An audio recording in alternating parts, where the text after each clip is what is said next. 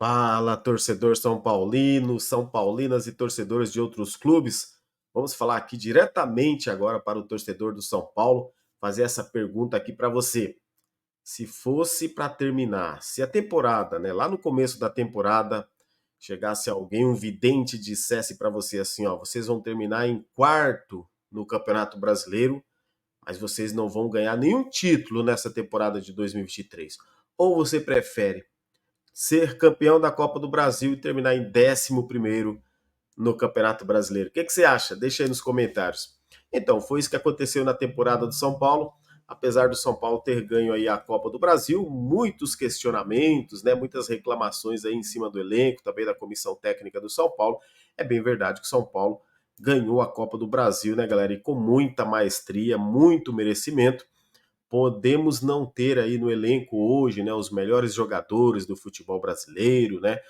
De repente os mais técnicos, mas o São Paulo teve um time brilhante na Copa do Brasil. A gente vale ressaltar que fazia muitos anos, mas faziam muitos anos que realmente o São Paulo não é que nem ganhava um título, é que não dava orgulho para o seu torcedor, né? Que os jogadores que passaram aí nos anos anteriores, a questão é que eles não davam orgulho, a torcida não tinha orgulho de ir no estádio, né? De acompanhar o time, mesmo que a torcida estava indo, mesmo que estivesse indo, estivesse crescendo, né, como vem crescendo a todo ano, mas é bem verdade que dentro de campo faltava algo mais. E chega exatamente na temporada de 2023, né, uma temporada recheada de jogadores, né, que a torcida em geral, né, o torcedor São Paulino nomeou os jogadores como medianos, né, como equipe, como time limitado, e exatamente, né, e não só, tá, gente, não só a torcida do São Paulo.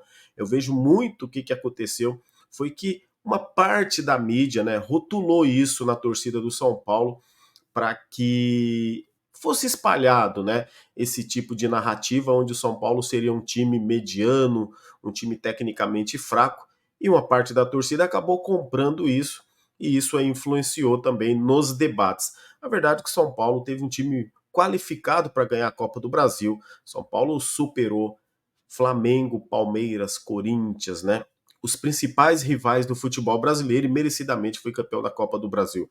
Lógico que a gente não deve se acomodar e não podemos, né, viver só disso, somente campeões da Copa do Brasil. Mas vamos lembrar que a partir da Copa do Brasil, ano que vem, no dia 3 de fevereiro, torcedor São Paulino, a gente tem o quê? Uma disputa de Supercopa, né? O campeão brasileiro Palmeiras contra o campeão da Copa do Brasil São Paulo. Vamos disputar a Copa, a Supercopa contra o Palmeiras. E também estaremos de volta na Libertadores. Como se isso não bastasse, o São Paulo consegue um novo patrocinador master, né? Que vai ser aí a Superbet, substituindo aí a a Sportbet.io, né? Eu ia falar outra, que é a Sportbet.io, que é o patrocinador oficial master do São Paulo, e a Superbet vai pagar aí para o São Paulo um pouco mais de 50 milhões de reais aí, né? Por ano. É o maior patrocínio master do país, do futebol brasileiro. Então, como se não bastasse disputar mais uma final no começo de 2024, São Paulo voltando para a Libertadores, o São Paulo consegue também um super patrocínio. E detalhe, em 2023 o São Paulo bate o recorde histórico da sua torcida no Morumbi. É o segundo time no país que mais levou torcida ao estádio. Mas se a gente for falar em número de pagantes, o São Paulo fica à frente do Flamengo. Porque lá no Flamengo, o Flamengo entra muita gente de graça, que lá o Maracanã tem um sistema lá, eles têm uma lei lá, né? Tem um negócio lá, alguma coisa no Maracanã que entra muita gente de graça. Já no São Paulo, no Morumbi, tem essa diferença. Então, em número de pagantes, o São Paulo supera até o Flamengo em número de pagantes, sendo o time que teve mais pagantes aí no futebol brasileiro. Mas, em média, né, de público, o São Paulo fica em segundo, com uma média de 45 mil pessoas. 44, a última parcial era 44, mas deve ficar na média de 44 a 45 mil pessoas por jogo no Morumbi, coisa que não acontecia há quanto tempo, hein? Há décadas. O recorde do ano passado, de 2022, galera, era o quê? 32 mil pessoas por jogo. que já era ótimo, que já era bom para o São Paulo. Ano passado foi batido esse recorde. E esse ano de 2023 a torcida cresce muito, é a torcida que conduz, a diretoria adotou, né, um bordão da torcida que conduz e detalhe, né, é o bordão do time mais popular, é o time popular. E isso também tomou conta das redes sociais, onde o São Paulo conseguiu ser o clube, né, o time com mais engajamento nas redes sociais também no ano de 2023. Ou seja, a Copa do Brasil não foi simplesmente um título que caiu no colo do São Paulo, foi um título construído, foi um título que a instituição São Paulo vem construindo ao longo dos anos. Nós tivemos sim fracassos, né? E a mídia, inclusive, já chegou até a rotular em alguns anos atrás, ano sim, ano não, São Paulo briga para não cair para a segunda divisão. Verdade, a gente tem que sim assumir que alguns anos atrás, acho que 6, 7 anos atrás, para trás, aí o São Paulo vinha sempre brigando aí para não cair. A situação estava difícil, nunca beirou ali as últimas posições, mas é bem verdade que o São Paulo vinha se livrando ali nas últimas 3, 4 rodadas, né? Sempre ali nessa situação de Série B. Isso acontece quando tem uma má gestão. A gente pode ver agora realmente o Santos caindo para a segunda divisão, para a Série B do Campeonato Brasileiro. O Santos também que nunca tinha caído. Agora os únicos dois times que nunca caíram são São Paulo e Flamengo. O que o São Paulo precisa para se manter na grandeza? É exatamente isso: cuidar do torcedor, cuidar do time, investir também. São Paulo deve pensar grande para 2024. Não podemos olhar para também o passado e achar que apenas contratações, né, do bom e do barato vai resolver. O São Paulo deve sim fazer estratégias exatamente com o crescimento financeiro que deve acontecer em 2024. O São Paulo pensar num 2025 melhor.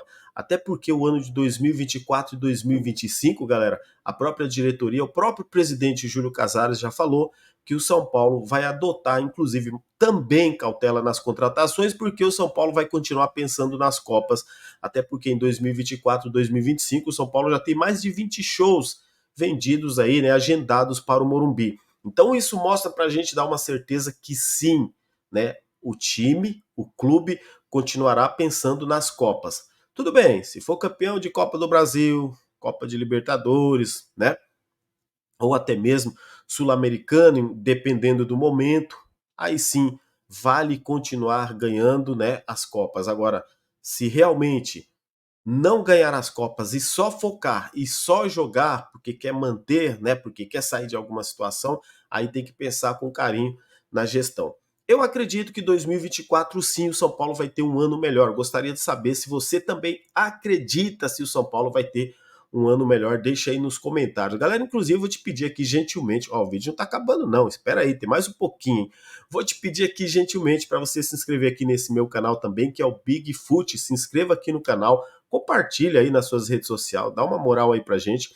Eu também tenho um outro canal que é o Big Tricolor, tá? Inclusive, se você quiser se inscrever, só você digitar aí Big Tricolor, dá uma força pra gente. Mas se inscreva aqui, ó, ative aí o sininho das notificações. Tamo junto e deixa o like, que ajuda demais quando você deixa o like, beleza? Deixa aí seu comentário também, o que você acha aí desse ano de 2023 do São Paulo.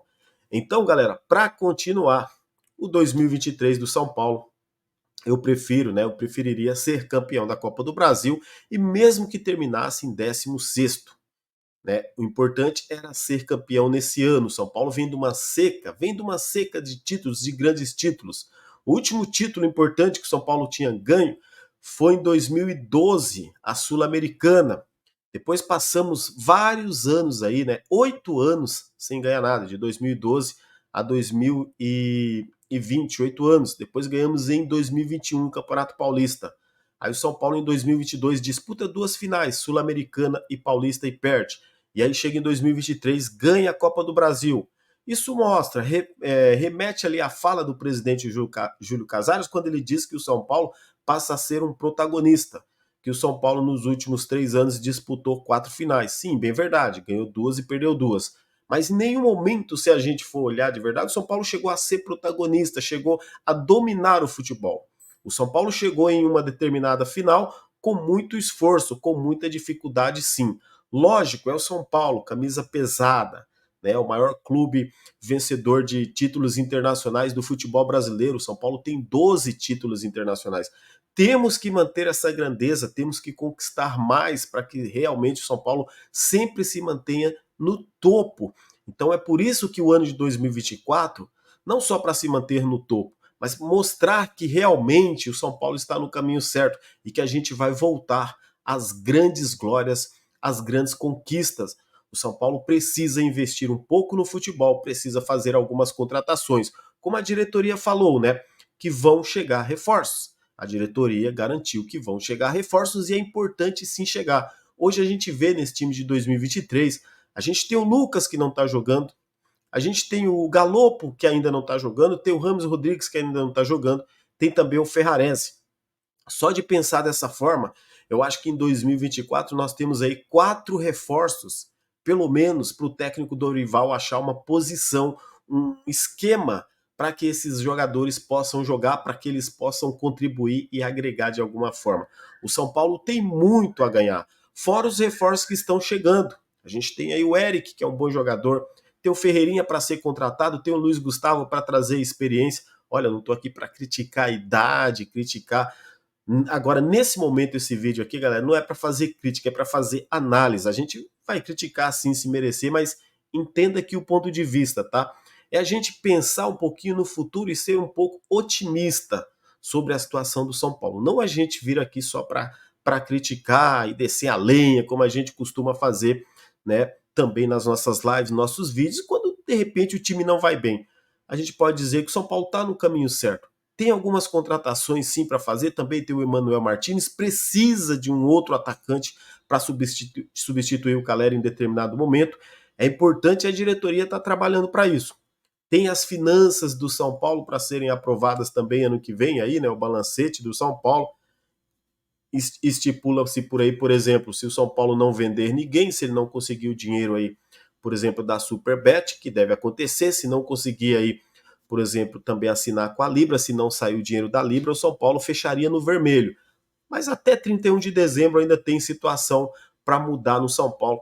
Eu acredito que inclusive vai ter venda. Bem possível que o Beraldo saia, né, lá na Inglaterra e também aqui no futebol, aqui nos jornais, né, brasileiros, aí nas páginas, os setoristas, os jornalistas, os blogs, enfim, tudo aqui da mídia tradicional e a mídia também independente, né? Eles dizem que chegarão uma proposta. A gente já acabou falando disso muito essa semana, né? Que vai chegar uma proposta aí pelo Beraldo com mais de 100 milhões de reais que deve ser vendido, mesmo São Paulo tendo 60% do jogador, né? Do passe do jogador, o jogador deve sair, o São Paulo embolsa uma grana aí e também o São Paulo deve diminuir um pouco mais esse déficit financeiro aí que tem aí na sua conta. Então, o São Paulo tem um prognóstico bom para 2024, galera. Eu acredito muito. Você acredita? Deixa nos comentários o que você acha desse São Paulo Futebol Clube para 2024, que encerra a temporada com uma bela vitória em cima do Flamengo, gol do Luciano, assistência do Wellington Rato. O Wellington Rato, né, tão criticado, o Wellington Rato que foi o maior assistente da temporada do São Paulo com 10 assistências e 5 gols em 65 jogos. O Luciano novamente artilheiro da temporada. O São Paulo que revela mais um jogador, né? Um bom jogador, o William Gomes, esse jogador que deve fazer muito sucesso em 2024, né? Então, o São Paulo tem aí, né, algumas coisas muito boas para acontecer em 2024. Por mais que são as dificuldades, por mais que as dificuldades existem no São Paulo, o São Paulo está sempre superando essas dificuldades e buscando um horizonte melhor. E a gente precisa olhar pela frente, né? Para frente. Agora, o presidente Júlio Casares, que foi aí, vai ser, né, reeleito, a eleição está marcada para o dia 8, né? E ele vai ser reeleito, chapa única, né? O único candidato.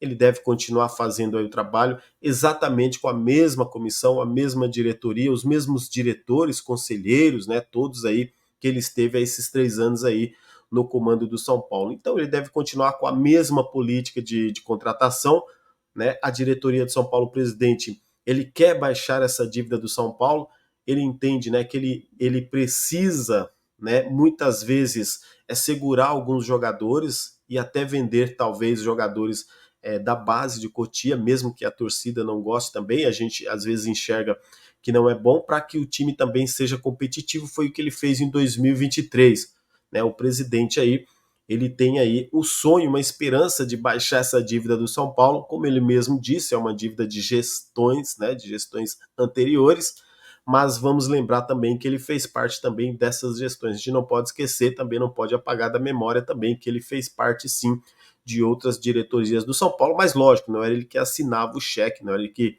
dava a cartada, mas enfim, mas fazia parte.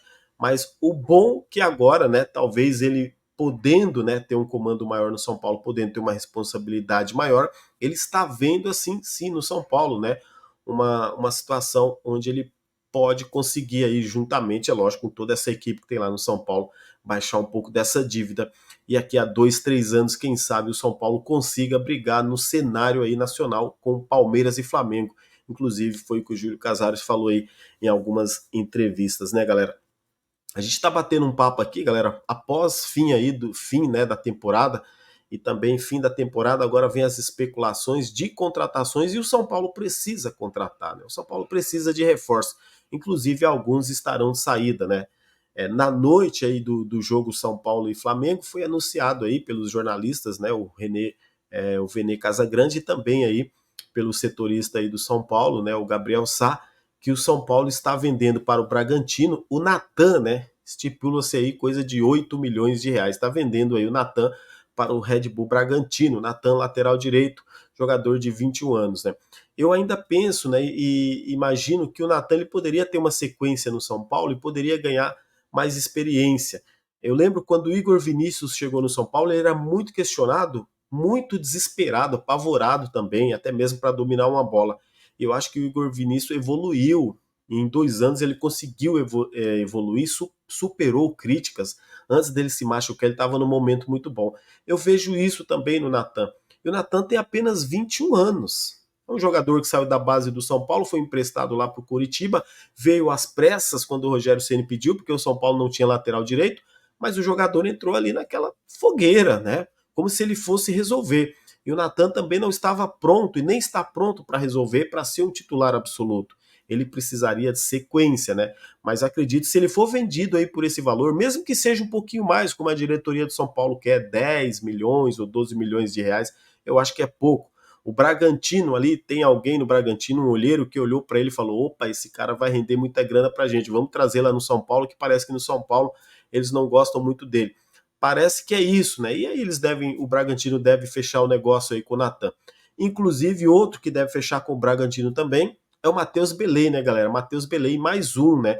Matheus Belém que teria prometido à diretoria do São Paulo que iria renovar com o São Paulo. A verdade é que ele ganhou visibilidade entrando aí em alguns jogos, né? E aí os clubes da Série A também olharam com carinho para ele. Ele não quis renovar com o São Paulo, seu staff também não quis renovar.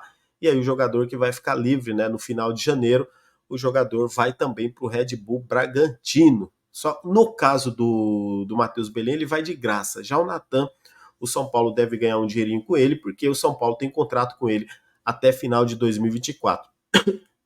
Só que o Natan, ele não quer renovar com o São Paulo, né? Então, desde quando ele voltou do Curitiba, ele já não queria renovar com o São Paulo. Então, o Natan não deve ficar, ele deve ser mesmo negociado, tá, galera? Então, são essas informações aqui que eu gostaria de passar para vocês, bater esse papinho, deixa aí nos comentários, se inscreva aí no canal, um papo bem franco aqui, né, galera, pra gente falar um pouco desse São Paulo, falando aí da temporada. Fiz um resumo aqui um pouco para vocês na minha visão, na minha opinião, que foi a temporada do São Paulo. Falei um pouquinho aqui de cada assunto. Deixa aí o seu comentário também, beleza?